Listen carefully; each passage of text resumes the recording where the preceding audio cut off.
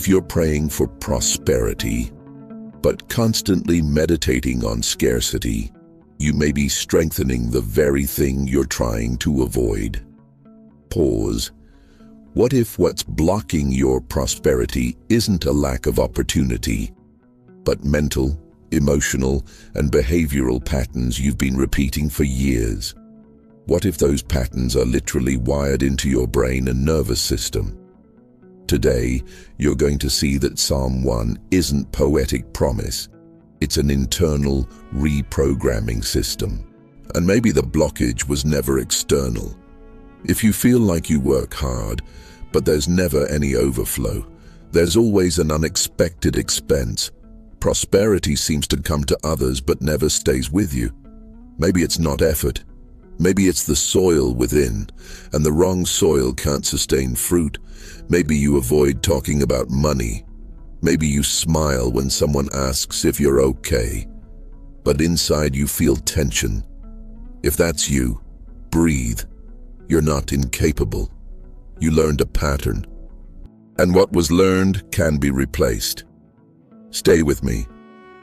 Today you're going to see Psalm 1 as a mental reprogramming system for prosperity, including financial prosperity. Blessed is the one who does not walk in step with the wicked, or stand in the way that sinners take, or sit in the company of mockers, but whose delight is in the law of the Lord, and who meditates on his law day and night.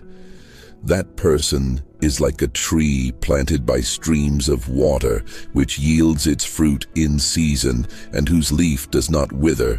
Whatever they do prospers. Not so the wicked. They are like chaff that the wind blows away. Therefore the wicked will not stand in the judgment, nor sinners in the assembly of the righteous. For the Lord watches over the way of the righteous, but the way of the wicked leads to destruction. Breathe. This is mental architecture. And now comes the part almost no one notices. Psalm 1 isn't inspirational poetry, it's protocol. It's not just money. It's patterns. You learned something about money as a child. Maybe you heard, money is hard. Rich people are greedy. We weren't born for that. You can't trust wealth. Those statements didn't stay in memory alone. They shaped neural circuits. The brain doesn't just record words. It records emotion. If those phrases came wrapped in fear or insecurity, your nervous system linked money with threat. Today, when opportunity appears, your body reacts before your logic does. Tension, tight chest, doubt, subtle self-sabotage. Here's the relief.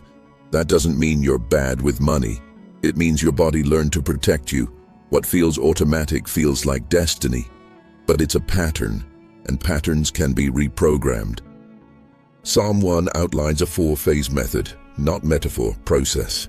Does not walk, does not stand, does not sit. First you walk, then you linger, then you settle. That's how beliefs install themselves. Interrupting scarcity narratives is step 1. Ask yourself daily, what am I allowing into my mind? Delights. You consciously choose what you repeat. This isn't denying difficulty, it's deciding which truth will guide your decisions. I learn. I manage wisely. I retain. I build. Choice shifts posture. Posture shifts decisions. Meditates day and night. Repetition strengthens neural connections. The brain automates what's repeated with emotion. If for years you rehearsed, there's never enough, that became your dominant circuit. But new circuits can be built. Consistency overcomes history. Like a tree planted, you don't chase fruit. You become the tree. Deep roots, emotional stability, consistent nourishment. Prosperity becomes a byproduct. That's the protocol. Go deeper with me. Consciousness functions like a filter. It selects what you perceive as possible. If calibrated to scarcity, you see limits, you feel threat, you react in fear. If calibrated to abundance, you recognize resources, you notice opportunity, you act with stability. Jesus said something profound. To the one who has, more will be given. From the one who does not have, even what they have will be taken. That's not punishment, it's psychological principle. The one who has internally gratitude, value awareness, sufficiency expands that perception. The one who lacks internally reinforces loss.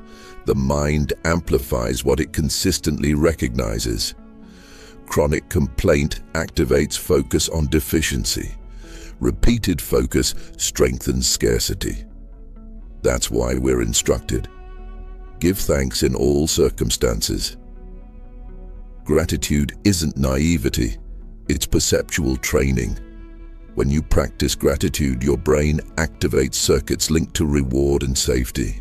Tension decreases, clarity increases, vision expands, internal state shifts, shifted state changes decisions. Prosperity requires emotional stability. If your body lives in alert mode, you decide under pressure. Decisions under pressure create repetitive cycles, but when you cultivate internal safety, your body exits survival mode, your brain accesses planning centers, your perspective widens. A tree planted by water means deep roots, steady nourishment, natural growth. Today, we are flooded with comparison.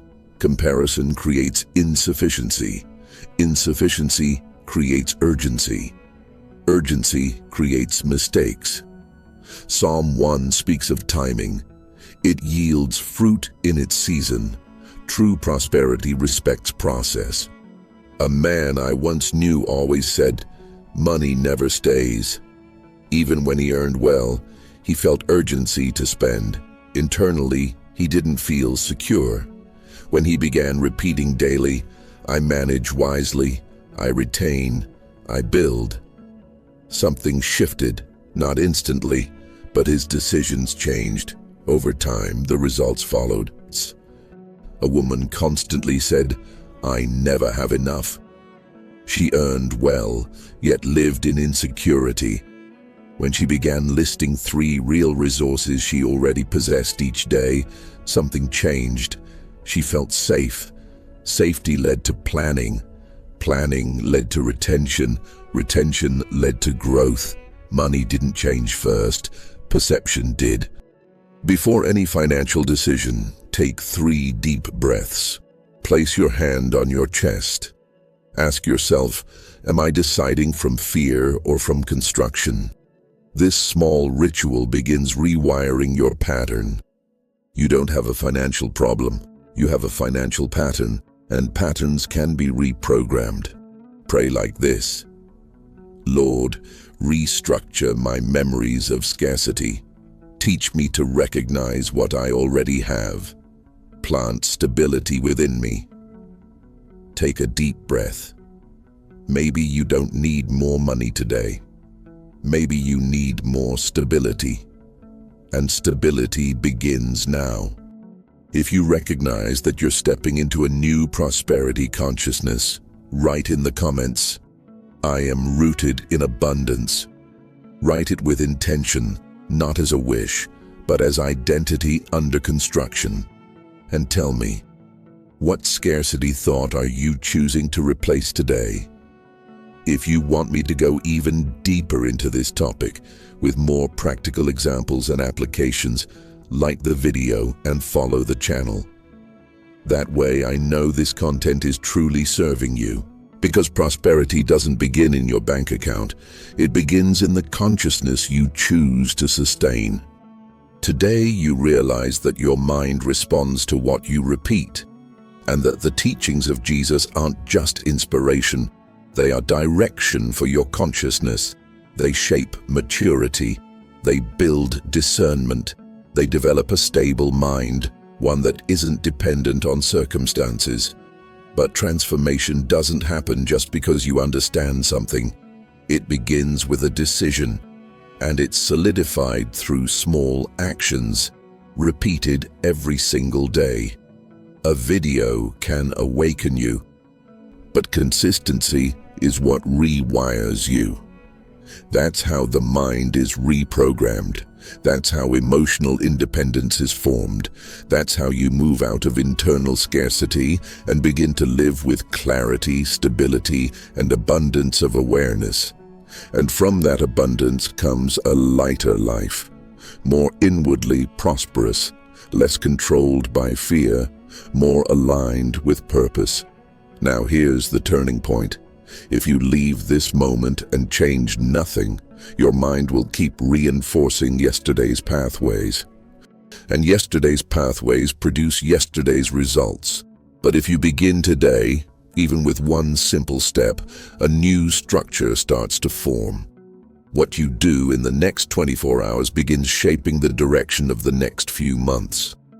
If you want to step out of the anxiety cycle, if you want to anchor your mind in truth daily and build a life that feels steady, light, and inwardly prosperous, I've organized a practical path to help you do exactly that. This isn't about more information. It's about training. It's about guided consistency. It's about intentionally rewiring your mind. If something in you resonated with this, don't ignore that pull. If you feel ready to go deeper, access is available through the link in the description. Not because you need to buy something, but because this might be the moment you choose to begin differently. It's a next step, but it could be the beginning of an entirely new internal foundation.